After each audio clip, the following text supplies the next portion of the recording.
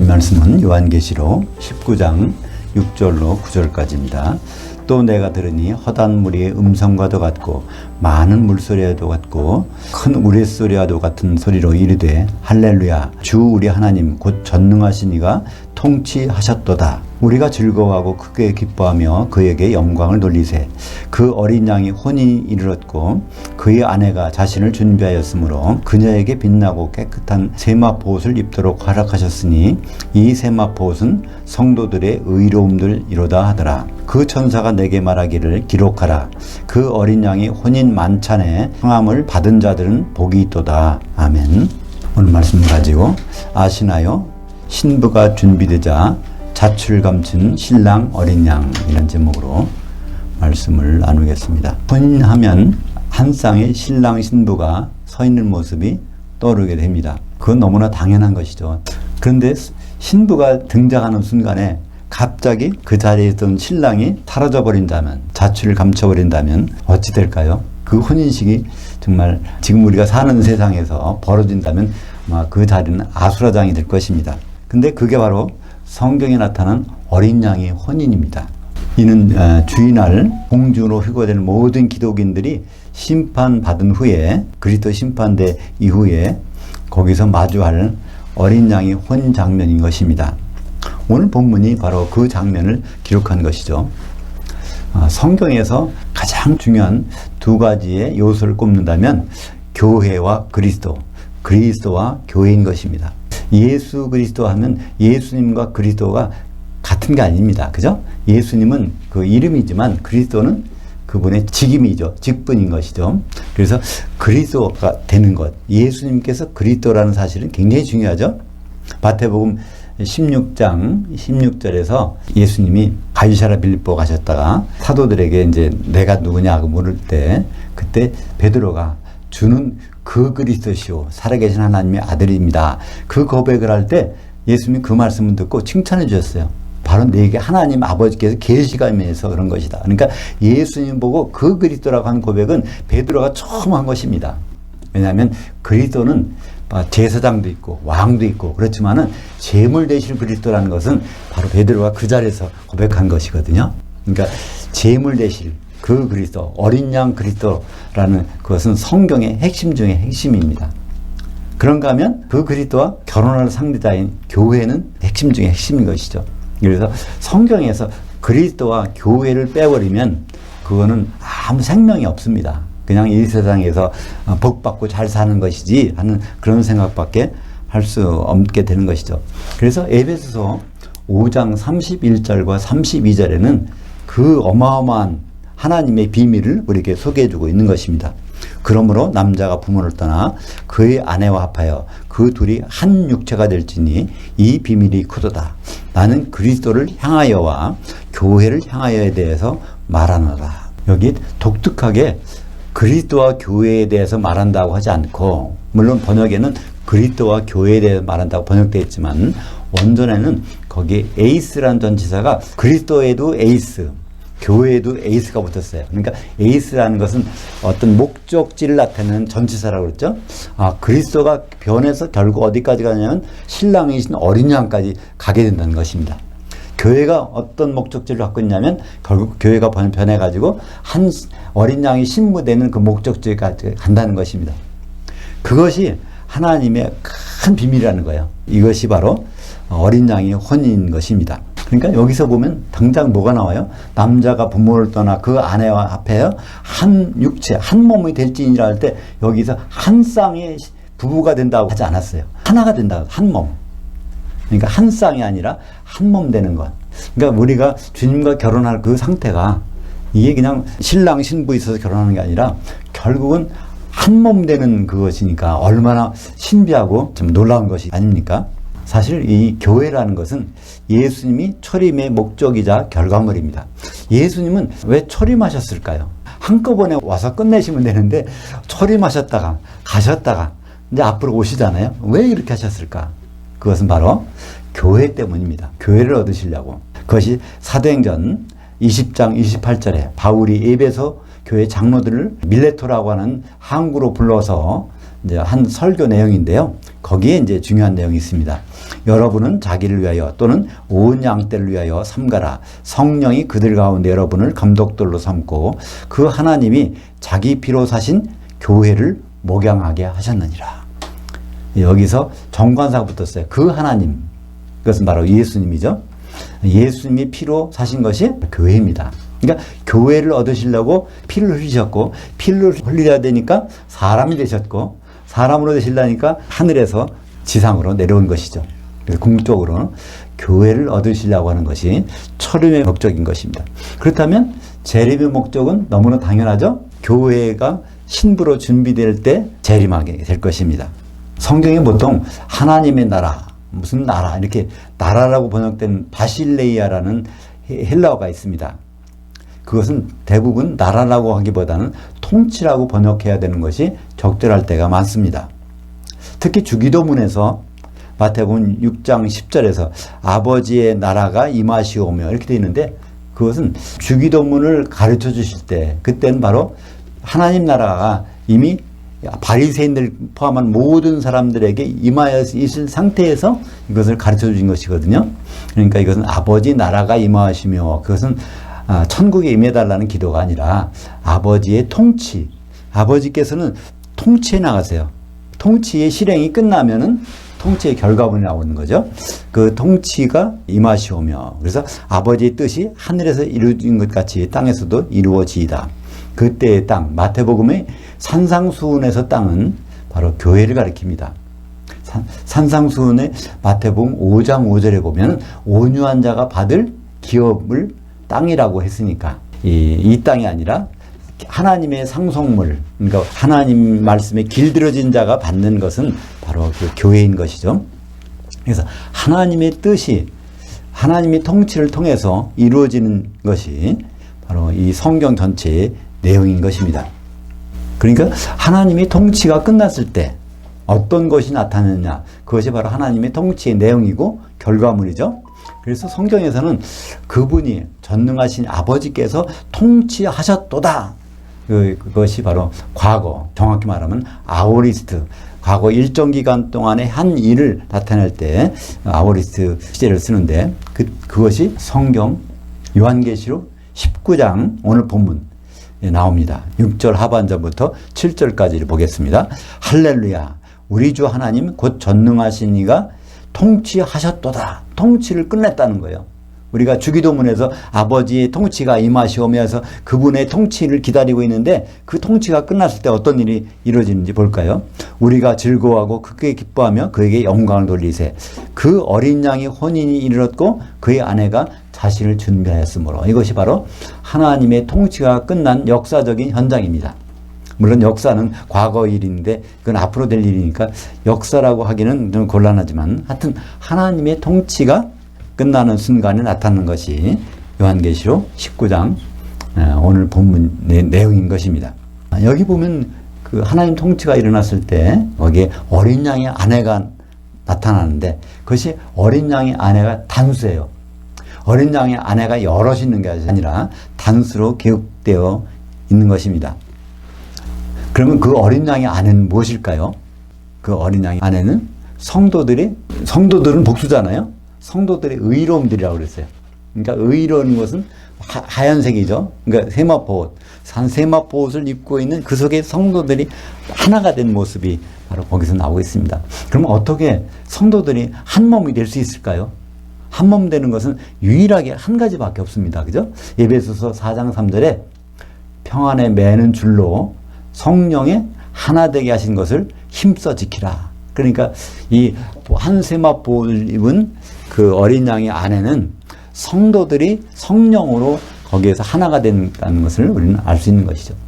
우리가 왜 성령의 기름을 준비해야 될까? 그건 바로 그 자리에서 한 몸이 돼서 한 신부가 되기 위해서 그렇게 되는 것을 알 수 있습니다. 그렇다면 우리가 평소에 기름을 준비하고 있는데, 그죠? 이 기름이 언제 쓰이게 될까요? 우리가 준비한 기름이, 우리가 준비한 성령 충만함이 반드시 효력을 발생할 때가 있어요. 그것은 지상에서는 효력이 안 나타납니다. 그것이 나타나는 현장을 예수님께서 바로 말씀해 주셨어요. 그것이 어디서? 신부실, 정확히 말하면 신부 대기실에서 그 기름이 쓰여진다는 것입니다. 그것이 마태복음 9장 15절에 있죠. 9장 15절. 예수께서 그들에게 이르시되 신부실 아들들, 하나님의 아들들이죠. 신부실에 있는 하나님의 아들들이 신랑과 함께 있을 동안에 슬퍼할 수 있느냐? 그러나 신랑을 빼앗길 날들이 이르리니 그때에는 금식할 것이니라. 예수님이 신랑을 오실 때는 재림 때 오시잖아요. 초림 때는 신랑을 오신 것이 아니니까. 근데 재림 때 어디로 오세요? 공중으로 오세요. 근데 거기 신랑이 있으니까 바로 신부실은 어디 있어요? 공중에 있다는 것을 알 수 있습니다. 그러니까 그 주님이 재림일 때 공중에 신부실이 있는데 거기 있는 하나님의 아들들, 성도들이 성령의 기름으로 하나가 되는 것을 알 수 있습니다. 그날 거기에서 기름이 없는 자들은 어떻게 될까요? 거기서 쫓겨나게 됩니다. 열천에 비유해서 알 수 있잖아요. 열천에 비해서 기름을 준비한 사람들, 기름을 준비하지 않은 사람들이 거기까지 갔다가 공중에서 주님을 딱 만났는데 그래서 그들이 쫓겨나는 장면을 우리는 알 수 있습니다. 그래서 예수님은 그걸 금식이라고 했어요. 금식은 주님과 같은 자리에서 식사를 못하는 것입니다. 어느 얼마 동안? 1000년 동안. 왜? 불섞인 유리바다에 던져져서. 그런데 이제 성경을 읽어보면요. 신랑과 신부라는 얘기는 많이 나와요. 그죠? 여러 군데. 근데 신랑과 신부가 같이 있는 모습은 없습니다. 그죠? 신랑이신 예수님과 신부인 우리들이 같이 서 있는 모습은 없어요. 어디에도 없습니다. 마태복음 25장 1절부터 13절까지 열천에 비유해서 거기 예수님이 신랑으로 등장해요. 근데 거기 신부는 없고 열 처녀들만 있어요. 그죠? 기름을 준비한 처녀, 안 준비한 처녀. 이 처녀들만 있어갖고 거기서 혼인잔치 들어가는 것은 기름을 준비한 처녀들이 혼인잔치 만찬, 드리니까 복수죠. 거기에 들어가는 장면. 그것이 신부실이죠. 거기에서 혼인이 이루어지는 장면이 나오는데 그때까지도 신랑은 있는데 많은 성도들, 처녀들이 있는데 거기에는 신부가 안 나타나는 거예요. 근데 오늘 본문에 보면 여기도 어린 양이 혼인이 이르렀는데 신랑의 모습이 보입니까? 그 7절에 보니까 우리가 즐거워하고 크게 기뻐하며 그에게 영광을 돌리세 그 어린 양의 혼인이 이르렀고 그의 아내가 자신을 준비하였으므로. 그래서 그 다음부터는 신랑의 모습이 사라져버려 없어져 버렸어요. 이게 바로 이제 우리가 공중에서 맞을 어린 양의 혼인입니다. 그러니까 이게 얼마나 신비한 일입니까? 그냥 무조건 그냥 남자와 여자가 만나서 하나가 돼서 결혼해서 사는 것, 그 정도가 아니라 바로 어린 양이 신부만 남는 그런 혼인식이 벌어지고 있는 것입니다. 근데 그것은 아주 정상입니다. 하나님 입장에서 보면은 만약에 예수님이 신랑이고 그 옆에 신부가 서 있는 모습이 있다면 이건 가짜입니다.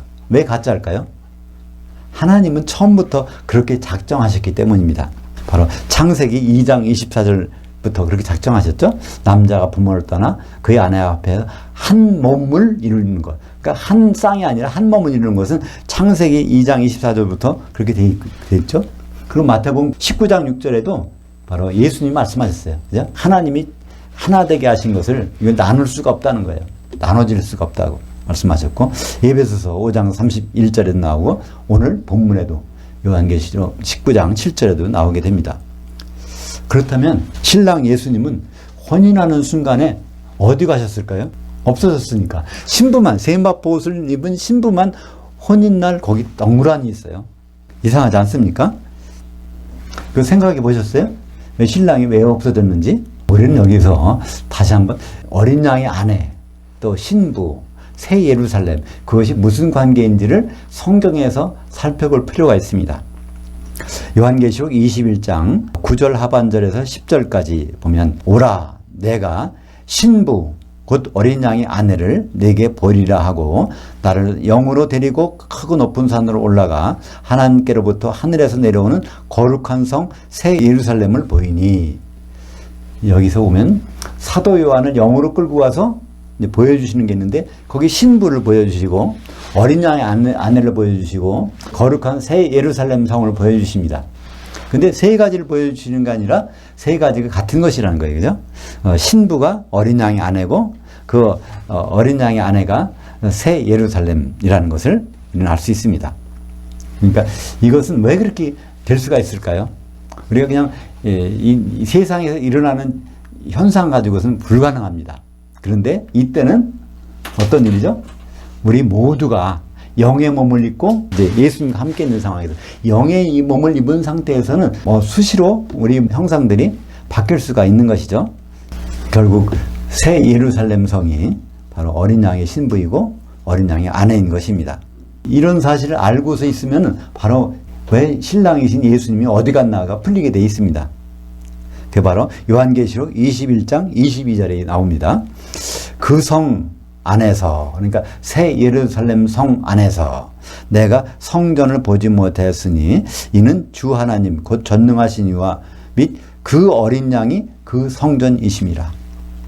그러니까 새 예루살렘 속에 들어가서 보니까 거기에 아버지와 그 어린 양이 성전 그 안에 있다는 거예요. 그러니까 우리 성도들 이 한몸된 속에 바로 예수님과 하나님 아버지께서 속에 계시다는 것을 성경에서는 말씀하고 있는 것입니다. 이것은 갑자기 일어난 일이 아니라 예수님이 십자가 지시기 바로 몇 시간 전에 겟세마네에서 기도하실 때 요한복음 17장에 나오는 내용입니다. 17장 22절부터 23절까지를 볼까요? 내게 주신 영광을 내가 그들에게도 주었사오니 성도들에게도 주었사오니 이는 우리 바로 아버지와 아들이죠. 하나 된 것 같이 그들도 성도들도 하나가 되게 하려 함이니이다. 성도들이 바로 성령으로 하나 된 모습이 어린 양의 신부가 되는 거죠. 곧 내가 그들 안에 있고 아버지께서 내 안에 계시오. 그러니까 내가 어린 양이신 예수님이 그들 안에, 그들이 바로 신부고 그 새 예루살렘 성도들이 그리스도의 아내가 된 거죠. 바로 이런 내용이 그대로 일어난 현장. 요한복음 17장 22절부터 23절 내용이 오늘 본문의 요한계시록 19장 7절에 있는 내용이고 이것이 요한계시록 21장 22절에 있는 내용. 그것이 하나도 다르지가 않는 거예요. 그죠? 여기서 하나가 되는 것이 없다면 이것은 오히려 잘못된 것일 것입니다. 근데 이 혼인잔치에 대해서 그러면 우리가 이 혼인잔치 내용을 알겠는데 혼인잔치가 딱 벌어지자마자 거기에서 예수님이 신랑이 사라지고 바로 신부가 남게 되는데 신부 속에 바로 이 신랑이 거기 속에 들어가서 계신 거죠. 그죠? 그런 것이 어린 양의 혼인식인데 그러면 과연 우리가 그 자리에 가서 과연 어떻게 그렇게 될 수 있을까? 쫓겨나는 일이 있으면 큰일 나지 않겠습니까? 그러면 어린 양의 혼인잔치에 대해서 좀 깊이 알 필요가 있어요. 그러니까 어린 양의 혼인잔치는 그냥 한 번 하고 끝나는 것이 아니에요. 어린 양의 혼인잔치는 뭐가 있다고 그랬어요? 오찬과 만찬이 있어. 런치와 디너가 있단 말이에요. 그 예수님은 이 두 가지를 다 말씀해 주셨어요. 마태복음 22장에는 바로 오찬에 대해서 말씀하십니다. 그 한 왕이 아들의 결혼식을 이제 벌려놓고 거기에 이제 혼인식을 준비하는 과정에서 그 왕이 이제 아버지를 나타내고 거기에 이제 신랑이 예수님이고 거기에 사람들을 다 불러 모으는 장면이 나와요. 그 사람들이 어딨냐면 길거리 나가서 만나는 사람마다 선한 자든지 악한 자든지 다 불러오라는 거예요. 선악간에 다 불러오는 것. 그게 뭘까요?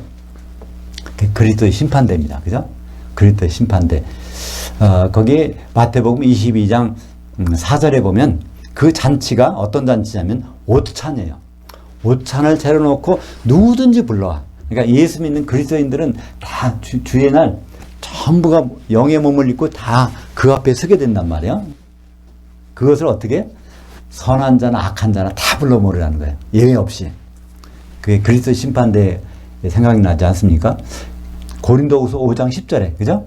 우리가 다 반드시 그리스도의 심판 앞에 나타나서 선악간에 그 몸으로 행한 것을 따라 받으려 함이니라. 그래서 그 몸이라는 것은 교회인데 교회에 대해서 선한 일을 했는지 악한 일을 했는지 거기에 따라서 심판을 받게 된다는 것입니다. 그 선은 도덕적인 선이 아니라 하나님 입장에서 선인 거죠. 그죠? 하나님 입장에서 악. 하나님의 입장에서 선과 악은 어디서 나눠지죠?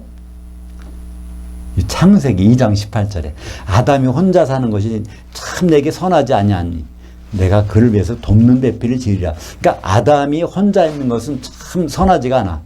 혼자 있게 만드는 것은 악한 일이야. 그래서 돕는 배필을 지으리라 하셨는데 그 아담이 로마서 5장 14절에 보면 오실 자의 모형이라. 그러니까 오실 예수님, 신랑으로 오실 예수님이 거기 아담이 혼자 있는 것. 그러니까 결혼하지 못하는 하는 것은 아주 악한 일이고 결혼하게 하는 것은 아주 선한 일이라는 거예요. 그러니까 교회가 교회답게 준비되게 하는 일은 선한 일, 그렇지 못한 자는 악한 일이라는 것을 알 수가 있는 것입니다. 마태복음 22장 9절과 10절을 읽겠습니다. 네 거리 길에 가서 사람을 만나는 대로 혼인잔치에 청하여 오라 한데 종들이 길에 나가 악한 자나 선한 자나 만나는 대로 모두 데려오니 혼인잔치에 참석한 자들이 가득한지라. 거기에 우리말 번역에는 손님들이라고 번역했어요. 손님이 아닙니다. 참석자라는 뜻이에요. 거기에 나온 모든 그 선악간의 그리스도인들을 가리키는 것입니다. 여기에서 종들을 보내서 다 모으는 것, 그 종들은 누굴까요? 추수꾼들이죠. 천사들을 다 풀어가지고 전부 그들을 데리고 공중에 오찬, 혼인잔치 오찬에 모으는 것입니다. 근데 그 자리에서 그냥 끝나는 것이 아니죠. 혼인잔치에서 예복을 입지 않은 사람은 거기서 쫓겨나게 됩니다. 마태복음 22장에 보면 그 예복 입지 않은 사람 쫓겨나는 것을 우리가 볼 수 있습니다. 그래서 마태복음 22장 14절에 보면 청함을 받은 자는 많되 택함을 입은 자는 적으니라. 이것은 청함을 입은 자는 누굽니까? 모든 그리스도인, 죽은 자나 산 자나. 근데 그 중에 택함을 입은 자는 적으니라. 그 중에서 기름 준비한 자는 적으니라. 혼인잔치에 들어갈 자는 적으니라. 참 그래서 우리 기독교인들이 이 사실을 안다면 우리가 발 뻗고 편안하게 해서 내가 예수 믿고 구원받았으니 뭐 됐다 이렇게 하고 지낼 수 있습니까? 참 많다는 거예요. 청함을 받은 자들은 굉장히 많다는 거예요. 이건 예수님이 말씀하신 거니까 과장법이 아닙니다. 진짜 많아요. 예수 믿는 사람 참 많습니다. 우리 지구상에도 지금 예수 믿는 사람들이 10억 아니라 20억 30억 그렇게 된다고 하죠. 카톨릭까지 합하면은. 근데 그 중에서 뭐가 적어요? 택함을 입은 자들. 그러니까 혼인잔치 만찬까지 갈 사람은 아주 적다는 겁니다. 사랑하는 여러분, 휴거는 우리의 소망이 아닙니다. 예수님 오시면 우리가 들림을 받아야지. 그런데 그것은 우리의 소망이 아니에요. 왜냐하면 모든 사람들은 자동적으로 들림을 받습니다. 왜냐하면 추수꾼인 천사들을 보내서 알곡을 모아서 곡간에 드리고 쭉정이는 불에 태우시는 것이니까 모든 사람은 그 심판을 받으러 공중에 올라가는 것. 그것을 휴거라고 그러죠. 그러니까 우리는 만찬장에 참여하는 것이 우리 소망이 되어야 되는 것입니다. 우리가 이 혼인잔치를 구별하지 못할 때 우리는 극에서 극의 운명이 갈리는 것이죠. 지옥이냐 혼인잔치냐 천년왕국. 이것이 거기서 갈리는 것입니다. 우리가 보통 요한계시록 19장 8절까지는 잘 보지만 9절은 우리가 생략하고 안 볼 때가 많아요. 오늘 특별히 요한계시록 19장 9절을 보겠습니다. 그 천사가 내게 말하기를 기록하라. 그 어린 양의 혼인잔치 만찬에 청함을 받은 자들은 복이 있도다 하고 또 내게 말하되 이것들은 하나님이 참되신 말씀이라 하기로. 거기서 만찬이라는 것을 분명히 기록하고 있습니다. 근데 우리말 개혁성경이나 개혁개정에는 이게 없어요. 혼잔치라고 돼 있으니까 혼잔치만 가면은 되는구나 이렇게 착각하기 쉽습니다. 헬라어로는 구분되어 있습니다. 오찬은 아리스톤, 만찬은 데이프논. 그래서 오찬은 다 가는 거예요. 기독교인들은. 그러나 데이프논, 만찬에는 아주 적은 숫자가 거기에 들어간다는 것입니다. 만찬에 참여하려면 예복을 입어야 되는데 어떤 예복일까요? 바로 그게 그리스도의 옷입니다. 그것을 갈라디아서 3장 27절에는 이렇게 말씀해 주고 있습니다. 누구든지 그리스도와 합하기 위하여 세례를 받은 자는 그리스도로 옷 입었느니라. 이때의 세례는 무슨 세례일까요? 성령 세례입니다. 갈라디아서를 기록한 사람은 바울입니다. 근데 그 바울이 에베소서 4장 5절에서 세례는 하나밖에 없다고 성령 세례를 꼭 집어서 말씀하고 있는 것입니다.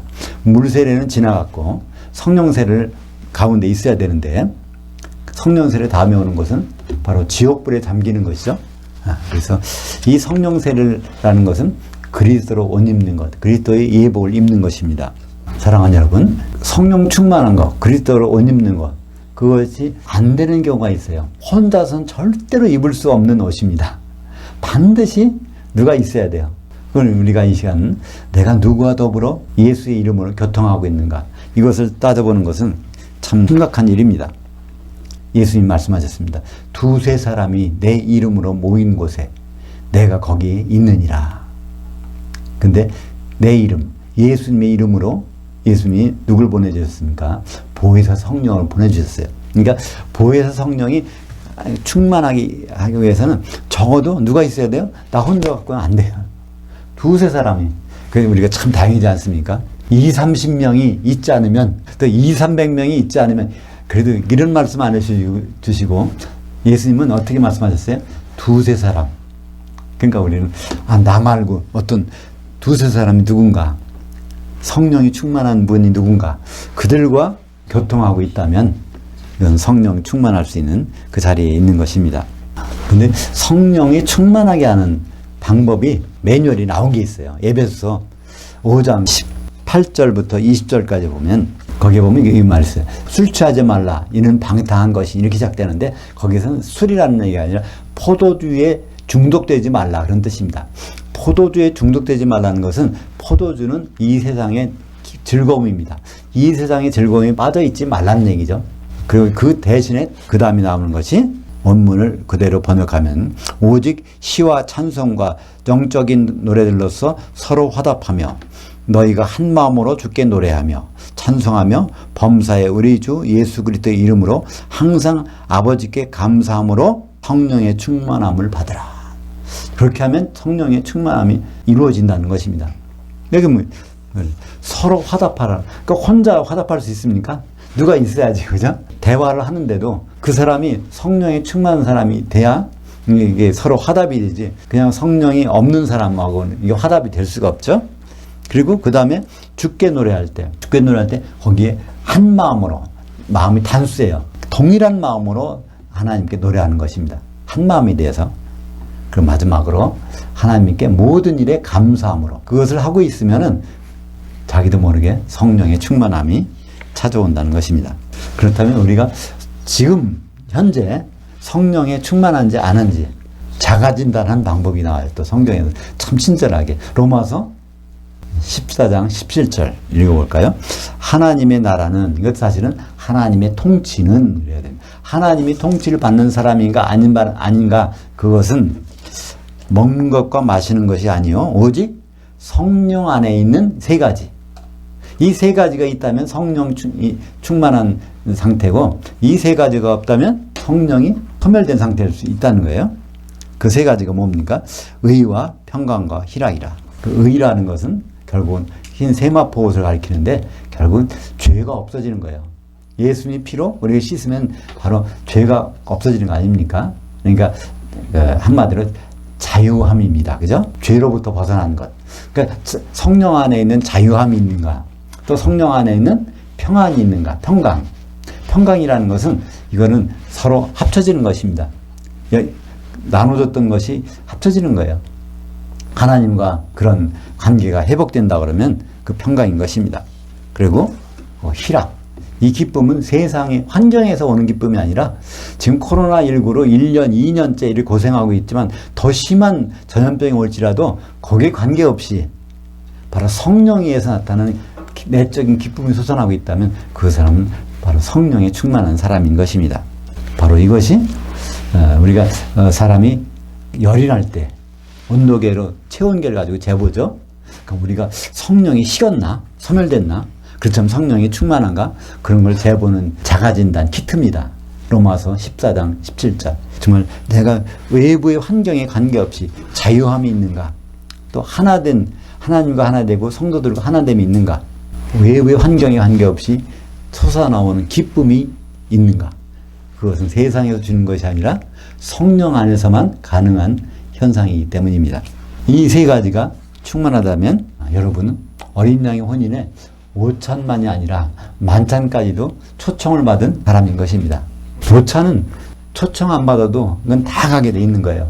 그러나 만찬은 그 초청을 받아야 하는데 그 초청장이 바로 성령 충만함인 것을 다시 한번 깨닫게 됩니다. 기도하겠습니다.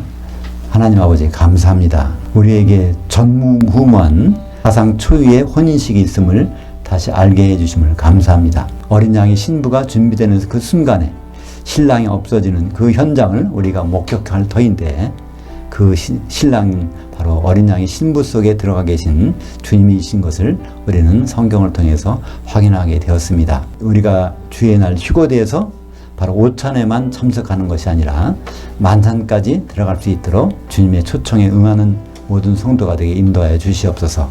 예수님의 이름으로 기도합니다. 아멘.